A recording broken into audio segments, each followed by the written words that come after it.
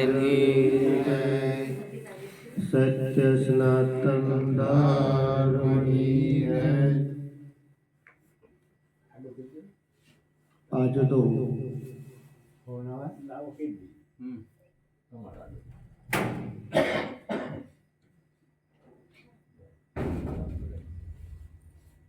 અમૂલ્ય અવસરમાં પધારેલા એવા સત્ય સ્વરૂપ અને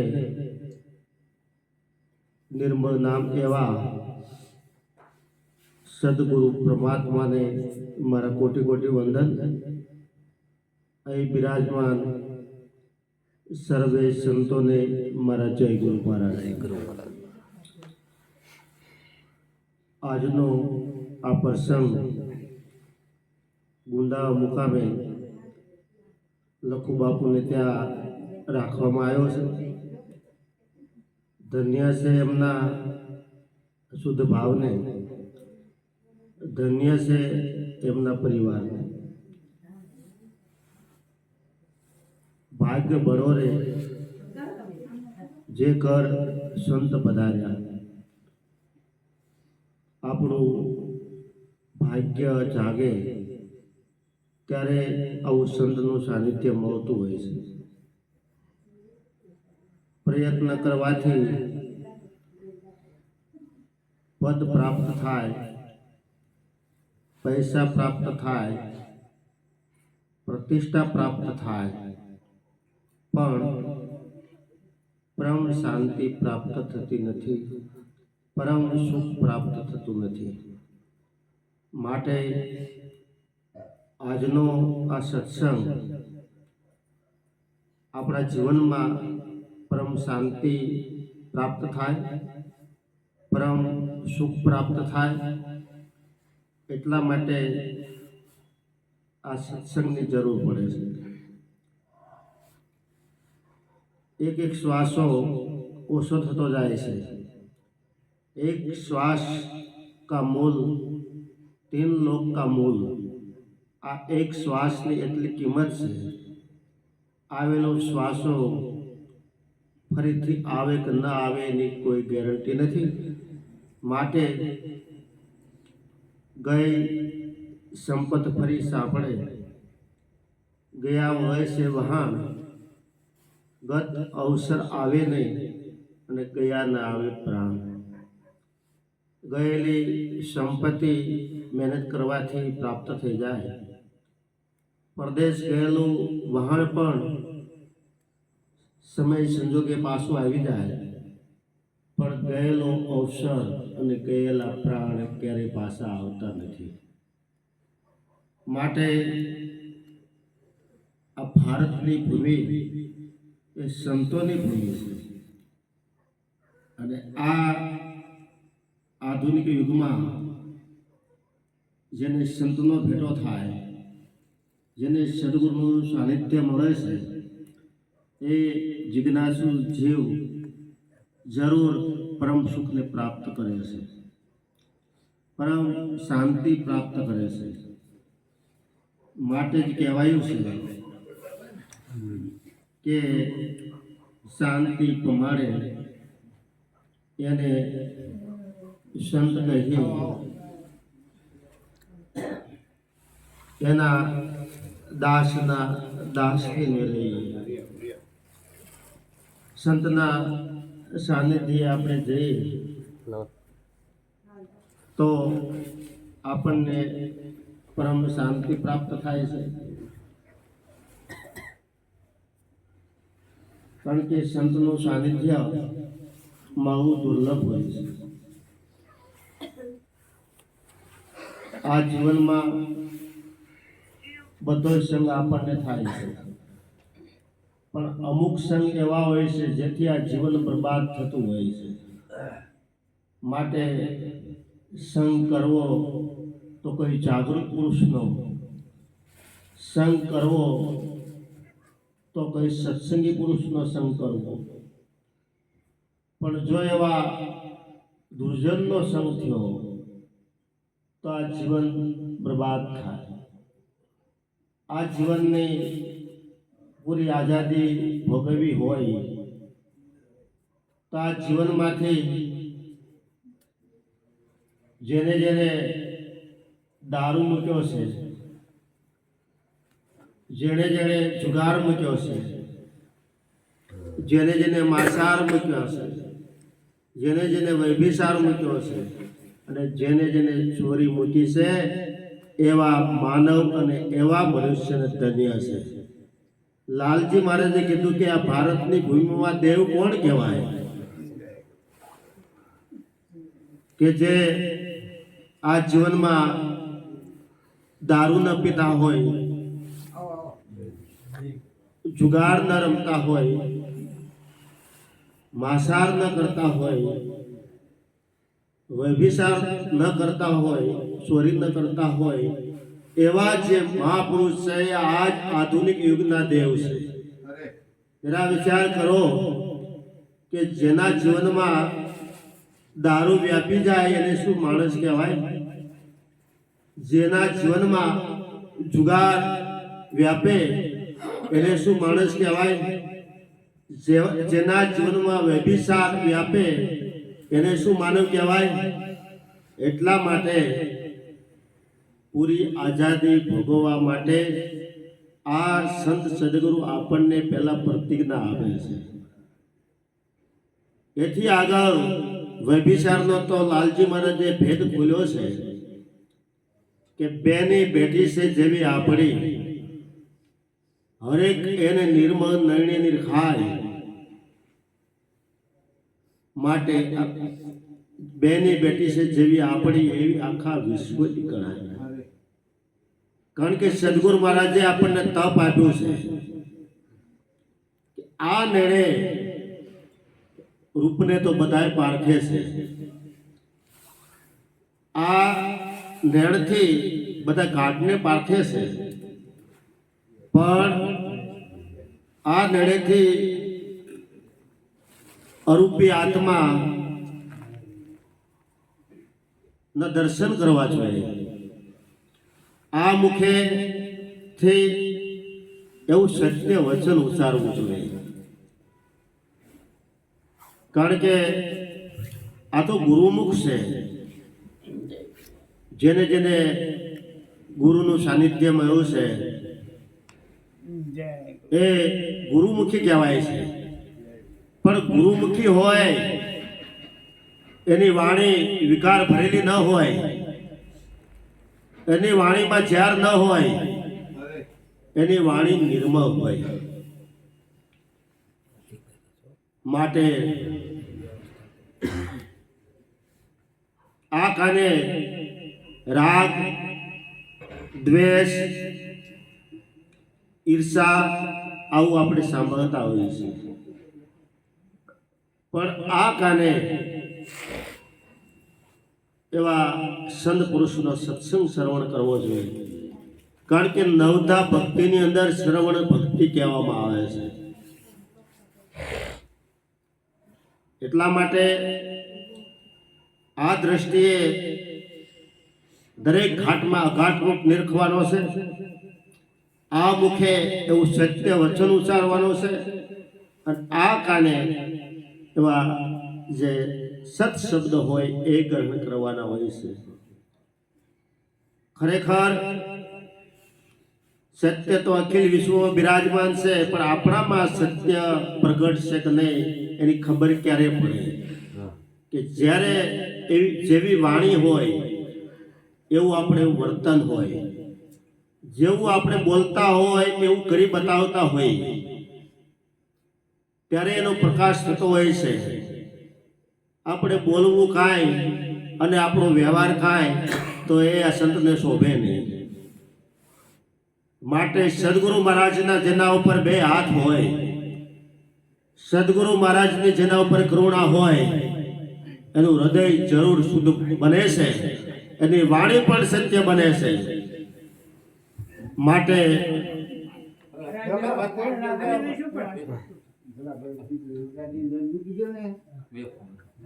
સિર જાય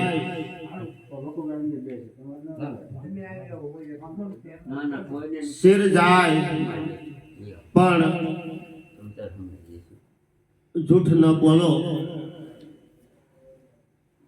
સત્ય સુણજો સૌ કાન, ભક્ત લાલચી પ્રગટ બતાવે દેહ સહિત ભગવાન।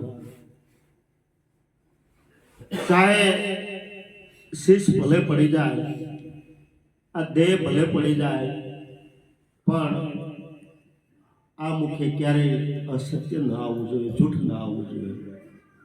એટલા માટે કહેવાયું છે કે શિર જાય પણ જૂઠ ન બોલવું, સત્ય સુણજો સૌ કાન, ભક્ત લાલજી પ્રગટ બતાવે દેહ સહિત ભગવાન। આ દેહની અંદર પરમ તત્વ વિલસી રહ્યો છે, દેહની અંદર એવી પરમ વસ્તુ વિલસી રહી છે, જેની સત્તાથી આ દેહ છે ને એ વિલસી રહ્યો છે, આનંદ કરી રહ્યો છે। એટલા માટે શિર જાય પણ જૂઠ ન બોલવું, ભક્ત લાલચી પ્રગટ બતાવે દેહ સહિત ભગવાન। તમે જરા ઇતિહાસ તપાસો કે દેવ કે દેવીને પ્રગટ થવું હોય તો માનવના દેહની જરૂર પડે છે। રામ સગુણ સ્વરૂપે પ્રગટ થયા, કૃષ્ણ પણ સગુણ સ્વરૂપે પ્રગટ થયા। એવા ભારતમાં અનેક દેવી દેવતા પ્રગટ થયા, પણ એને પ્રગટ થવું હોય તો ખાટનો આધારની જરૂર પડે, આ દેહના આધારની જરૂર પડે। માટે મેરુ ડગે પણ જેના મન ન ડગે, ભલે ભાંગી પડે બ્રહ્માંડ, વિપત પડે તોય વણશે નહીં એ હરિજનના પ્રમાણ। મેરુ પર્વત મેરુ ડગી જાય પણ જેના મન ન ડગે, ભલે ને ભાંગી પડે બ્રહ્માંડ। આ પિંડ એ છોટું બ્રહ્માંડ છે અને વ્યાપક છે, મોટું બ્રહ્માંડ છે। કદાચ આ 5 તત્વોનો પિંડ પડી જાય, આ બ્રહ્માંડ પડી જાય, પણ જેનું મન ન ડગે, એટલા માટે કહેવાયું છે કે વિપત પડે તો વણશે નહીં એ હરિજનના પ્રમાણ। મુશ્કેલી આવી જાય, કદાચ કોઈ આફત આવી જાય, પણ જેનું મન ન ડગે એ ખરો હરિજન કહેવાય છે। માટે આ જીવનમાં કોઈ આફત આવે, વિપત આવે, મુશ્કેલી આવે તો ડગવું નહીં। એટલા માટે કહેવાયું છે કે જેણે સેવા હોય સાસા સંત, અડગ મન કોઈથી ડગે નહીં। જેને આ જીવનમાં એવા ખરા મહાપુરુષો, જે પૂરા સદગુરુ જેને ભેટ્યા હોય ને, એ પૂર્ણતાને પામે છે, એનું જીવન નિર્મળ બને છે। એટલા માટે સંતોએ કીધું છે કે નિર્મળ મતું હોય તો હરિના દર્શન આજે ને આજે થાય। આ જીવનમાં નિર્મળતા હોય તો હરિના દર્શનનો વાયદો નહીં, વદાડ નહીં। અને એવી નિર્મળતા ક્યારે આવે છે? એવી નિર્મળતા જ્યારે આપણે શરણ અમૃત લઈએ છીએ ત્યારે એ નિર્મળતા આવે છે। કારણ કે શરણા અમૃતની અંદર એવી તાકાત છે કે જ્યાં આપણો અહમનો ભાવ દઈ જાય, અને જેનું ભાગ્ય હોય એ તકને ઝડપી શકે। જ્યાં સુધી અહમનો ભાવ હોય, જ્યાં સુધી જાતિનો ભાવ હોય, ત્યાં સુધી આ શરણ અમૃત આપણને પ્રાપ્ત થતું નથી। જ્યારે હું પણ મટ્યું હોય, જાતિનો ભાવ મટ્યો હોય, ત્યારે શરણ અમૃત કામ કરે છે, અને ત્યારે ખરી નિર્મળતા પ્રગટ થાય છે। માટે નિર્મળ મતું હોય તો હરિના દર્શન આજે ને આજે થાય। આ સંતોનું એવું પરમાર્થનું કાર્ય કે હર હંમેશ અવિરત સત્સંગ પીરસી રહ્યા છે। એનું કારણ એ છે કે આપણા જીવનમાં એવો નિર્મળ ભાવ પ્રગટ થાય। આપણું જીવન જાતિથી પર અજાતિ રૂપમાં રમે, આપણું જીવન દેહના ભાવમાંથી વિદેહના ભાવમાં કેવી રીતે આનંદ માણે, આ સંતોનું એવું પરમાર્થનું કાર્ય હોય છે. એટલા માટે કહેવાયું છે કે સંત બડા પરમાર્થી તાકા શીતલ અંગ, તપત બુજાવે ઓરકે દે દે અપના રંગ. પરમાર્થનું કાર્ય કરતા હોય તો સંત પુરુષો પરમાર્થનું કાર્ય કરે છે. સંત બડા પરમાર્થી તાકા શીતલ અંગ, જેના સાનિધ્યમાં જવાથી આદિ વ્યાધિ ઉપાધિ મટી જાય, ત્રિવિધના તાપ મટી જાય. આ સંત સદગુરુનું પરમાર્થનું કાર્ય છે. જ્યાં સુધી જીવનમાં સ્વાર્થ હોય ત્યાં સુધી પરમાર્થ પ્રગટ ન થાય. માટે આ જીવનમાં સ્વાર્થ મૂકવાની જરૂર. સ્વાર્થનું કાર્ય તો બધા જીવ કરે છે, પણ કોઈ એવા ભારતમાં એવા વિરલા હોય જે પરમાર્થનું કાર્ય કરતા હોય છે, એ સંત સદગુરુ છે. માટે આજ આધુનિક યુગમાં જેને સદગુરુ મળ્યા છે એના તો અહોભાગ્ય છે. એટલા માટે કહેવાયું છે કે આજની ઘડી તે રવ્યામણી, મારો વાલો આવ્યાની વધામણી. આ જે મનુષ્ય તન રૂપી ઘડી મગી છે, આ મનુષ્ય દેહની અંદર આ દેહ છે દેવથી દુર્લભ છે. પણ જેને વાલાનું સ્વરૂપના દર્શન થયા હોય, કારણ કે સંતો સૌને વાલા હોય છે. કારણ કે સગા અને વાલા જે સગપણ હોય છે એ લોહીનો સંબંધ છે, પણ જે વાલા સંતો સાથે જે સગાય છે એ આ શબ્દની સગાય છે. એટલા માટે આ અવસર પારખી લેવાની જરૂર છે. આ અવસરમાં જેને જેને સદગુરુ ભેટ્યા છે એને તો ધન્ય છે, એનો મોટી કલ્યાણ છે. એટલા માટે કહેવાયું છે એક ઘડી આધી ઘડી आदि में पुण्य आध, तुलसी संगत संत की कटे कोटि अपराध. एक घड़े आधि घड़े आदि में पुण्य आध, तुलसी संगत संत की कटे कोटि अपराध. संत नो संग થઈ જાય તો કોટી અપરાધ મટી જાય. માટે આ જીવન મળ્યું છે. આ જીવનમાં બધા જીવો ખાવું પીવું જાગવું ઊંઘવું એ જ આ જીવનનું ધ્યેય નથી. આ જીવનનું ધ્યેય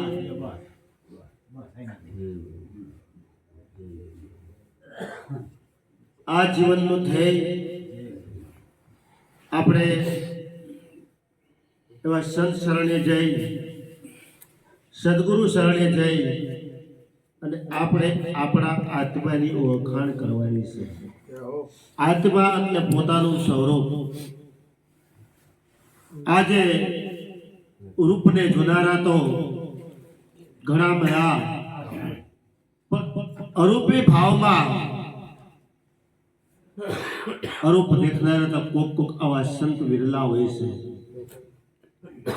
તમારું સ્વરૂપ એવું છે જેમાં કોઈ રંગ નથી, જેને કોઈ આકાર નથી, જેને કોઈ અવયવ નથી. આવું તમારું સ્વરૂપ છે અને એ સ્વરૂપ હાજર છે. એ સ્વરૂપની ક્યારેય ગેરહાજરી થતી નથી. કોના માટે ગેરહાજરી નથી? કે જેને સદગુરુને પરમાત્મા માન્યા હોય, જેને સદગુરુને ભગવાન માન્યા હોય, જેને માત પિતાના સેવા કરી હોય, એના માટે આ પદ જરાય દૂર નથી. માટે કહેવાયું છે કે પ્રથમ પહેલા કોને સમરીએ કોના લઈએ નામ, માત પિતા ગુરુ આપણા પછી લઈ અલખ પુરુષના નામ.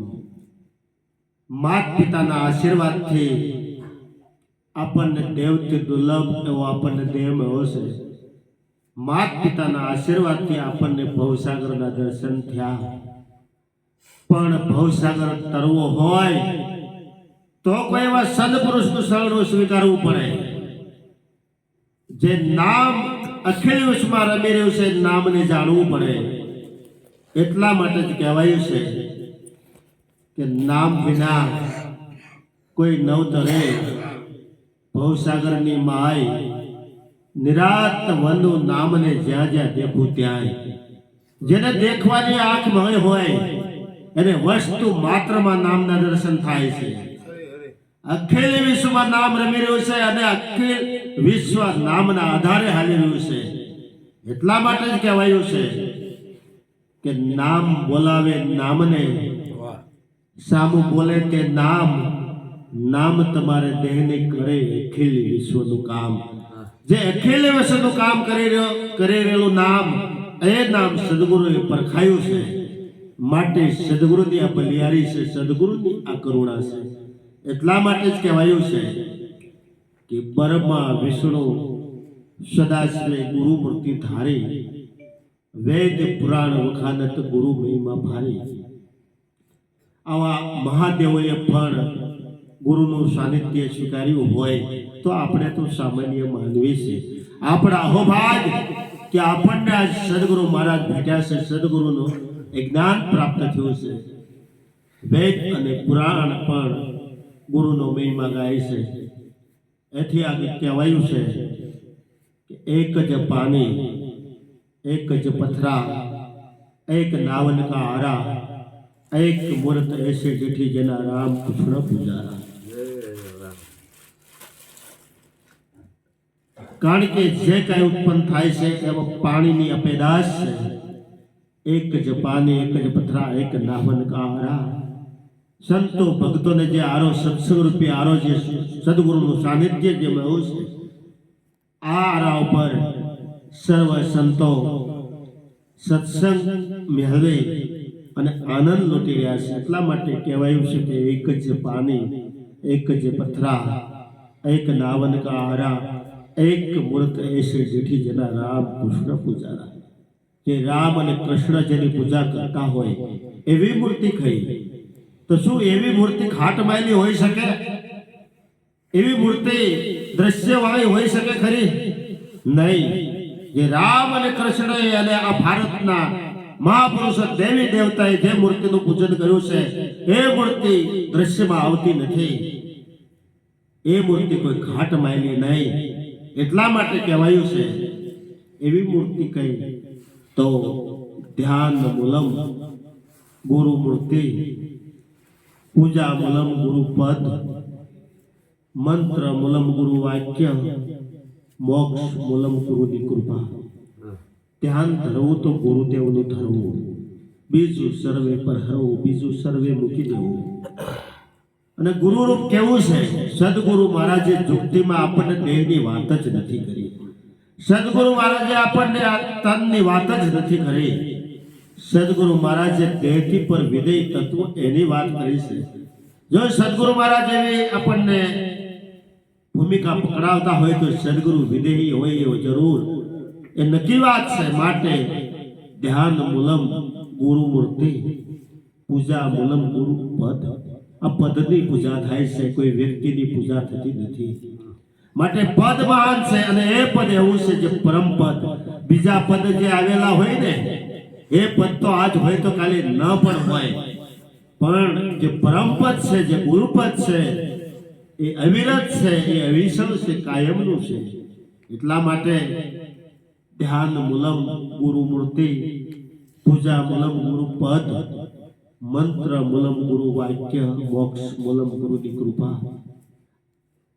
એટલા માટે કહેવાયું છે કે જે ઘાટે પ્રગટ એની બલિયારી. આ ઘાટની અંદર અઘાટ પ્રગટ છે એની બલિયારી છે, આ ઘાટની અંદર એ વિદેય તત્વ વેલચ્યું છે એની બલિયારી છે.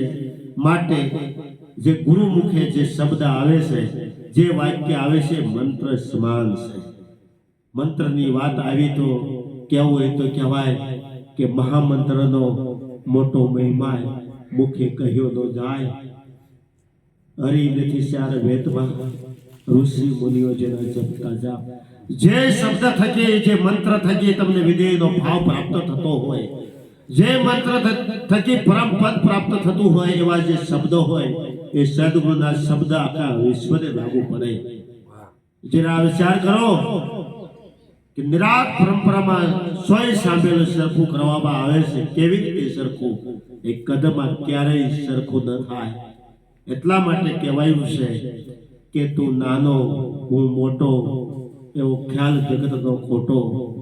ખારા જવનો તરિયો ભર્યો, મોટા જવનો મીઠા જવનો લોટો, તરસ્યા કાજે તો લોટો મીઠો લાગે.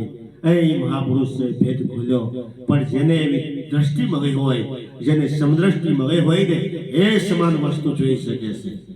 એટલા માટે આ સદગુરુ એક જ શબ્દમાં સમાન દ્રષ્ટિ કરી દે. દેખાય એવું શું? જ્યારે સદગુરુની બલિયારી થાય, સદગુરુની કરુણા ઉતરે, ત્યારે અખિલ વિશ્વમાં એક રૂપ દર્શન થાય છે. કામમાં આવે હું એક જ શબ્દમાં આખા વિશ્વને આવરી લે. વસ્તુ એવું શું? એક જ શબ્દમાં આખા વિશ્વને આવરી લે. આ સદગુરુની બલિયારી છે. માટે જ કહેવાયું છે કે નામ રૂપ ગુણથી પર સદગુરુ સાહેબ છે. જેટલી જેટલી વસ્તુ હોય એમાં નામ રૂપ ગુણ સમાયેલું હોય છે. પણ આ તો એવી વસ્તુ જે દરેક ઘાટમાં હોય અને છતાં દરેક ઘાટથી પર હોય, એવી જે વસ્તુ છે એની સદગુરુ મહારાજ વાત કરે છે. માટે વસ્તુ રૂપે વાલો વસીર્યો છે, એવી વસ્તુ આપણને પ્રાપ્ત થઈ છે. માટે આ જીવનમાં જેને સદગુરુનું સાનિધ્ય પ્રાપ્ત થયું છે, એની જ માનવતા ખરી પ્રગટ થઈ છે. માટે આ જીવનમાંથી આવા દુર્ગુણો મૂકવાની જરૂર. નડતર હોય તો કામ, ક્રોધ, લોભ, મોહ, અહંકાર, આ જે સટરીપો છે એ આપણને નડે છે. અને એવા વિષયો શબ્દ, સ્પર્શ, રૂપ, રસ અને ગંધ, આવા વિષયો આપણને નડે છે. એટલા માટે જ કહેવાયું છે કે ગુરુ હમારા ગારુડી, મુझ પર કેટી મેર, મોરો બતાયો મરમનો, ઉત્તર ગયા સબજ્યા. આવા સદગુરુ ગારુડી મળે તો વિષયનું ચાર ઉતારી દે, અહમનો ભાવ ગાવી દે. માટે આ સદગુરુના ઉપદેશથી આપણને ફાયદો શું થાય? આ સદગુરુના ઉપદેશથી આપણા હોનો ભાવ ગઈ જાય. આ સદગુરુના ઉપદેશથી આપણા જાતિનો ભાવ મટી જાય. આ સદગુરુના ઉપદેશથી દેહનો ભાવ મટી જાય. અને આ સદગુરુના ઉપદેશથી જે સીમારૂપ હોય છે, જે ઘાટમાં જે વસ્તુ હોય છે, એથી સદગુરુ મહારાજ આપણને અસીમ રૂપમાં લઈ જાય છે. સદગુરુ મહારાજ ક્યારેય આ ભૂમિ ઉપર ન રમાડે. સદગુરુ મહારાજ તો આસમાનમાં લઈ જાય છે. એટલા માટે કહેવાયું છે કે જા સુહાગણ જા, ગગનિયામાં જા, જ્યોત જલત હૈ. માટે એવી સુહાગણ સુરતા હોય એ શબ્દને પારખે છે. અને શબ્દને પિયુ કહેવામાં આવે છે, શબ્દને બ્રહ્મ કહેવામાં આવે છે. અને એ સદગુરુ મહારાજે સુરતા અને શબ્દની એકતા કરી છે. આ સદગુરુની બલિયારી છે. માટે સદગુરુ મહારાજ આપણને એવી ભૂમિકા પકડાવી છે, જેવી રીતે નિરાત મહારાજે કીધું છે કે સચરાચરમાં સોય બિરાજે આપ આપન में, બહાર ભીતર એક નિરંતર નાદ બચે ગગન में. આ ગગનની અંદર જે નાદ ગુંજી રહ્યો છે એની સાથે આપણી સુરતા જોડવાનો સંકેત સદગુરુએ કર્યો છે. માટે આધુનિક યુગમાં આપણે પ્રયત્ન કરવા જોઈએ, પુરુષાર્થ પૂરો કરવો. કારણ કે આપણું ગૃહસ્થ જીવન છે અને આ સંસાર સુખી કેવી રીતે બને? જ્યારે જેને ખરો સત્સંગમાં હોય, સદગુરુના એક એક શબ્દ રુધિએ ધર્યા હોય તો આ સંસાર ખારો હોવા છતાંય મીઠો બને છે. આ સદગુરુની બલિયારી છે. એટલા માટે કહેવાયું છે કે મીઠા મીઠા તો સૌ કોઈ પીવે, કડવા પીવે નહીં કોઈ. જો એકવાર કડવા પીવે તો સબસે મીઠા હોય. એ કડવું એટલે શું? આ સંતોના શબ્દો આપણને ઠપકો દેતા હોય કે લાલન જેને આતમ નહીં ઓળખાયા એ તો મિથ્યા જગમાં આયા. દેવથી દુર્લભ એવો આ દેહ છે. મનુષ્ય કે મળ્યો અતિ મોંઘો, ફોકટ જન્મ ગુમાયો. લાલન જેને આતમ નહીં ઓળખાય એ તો મિથ્યા જગમાં આવું આપણને સંતો પોકારીને કહે છે કે આ મિથ્યા પણ મૂકવું હોય, આ જીવનનું સાર્થકપણું પ્રાપ્ત કરવું હોય તો આપણા આત્માની ઓળખાણ કરવાની જરૂર છે. માટે જેણે જેણે આત્માની ઓળખાણ કરી છે એનાથી પરમાત્મા જરાય દૂર નથી. જેને જેને પોતાનું સ્વરૂપ જાણ્યું છે એનાથી પરમાત્મા જરાય દૂર નથી. માટે આ જીવનમાં જેના ભાગ જાગ્યા હોય એને સદગુરુ મળ્યા છે. અને સદગુરુ મળ્યા પછી જેના માથે એવી કરુણા હોય, જેના માથે સદગુરુનો હાથ હોય, જેની માથે ગુરુની મહેર છે, એના કાયમ માટે લીલા લહેર છે. માટે ઉઠો, જાગો અને ધ્યેય પ્રાપ્તિ સુધી મળ્યા રહો. ઉઠ જાગ મુસાફિર ભર ભયા. હમણે આ જીવનની યાત્રા પૂરી થઈ જાય છે. આ જીવનની યાત્રા પૂરી થાય એ પહેલા સ્વરૂપમાં જાગી જવાની જરૂર છે. અને જે સ્વરૂપમાં જાગ્યા હોય એની સ્થિરતા છે ને, સ્થિરતા ક્યારેય અસ્થિર ન થાય, એનું મન ડગે ને એવી તકેદારી રાખવાની જરૂર છે. એટલા માટે આ ગુંદાના ભક્તો અવિરત દર પાછમ નો આવો લાભ લેશે.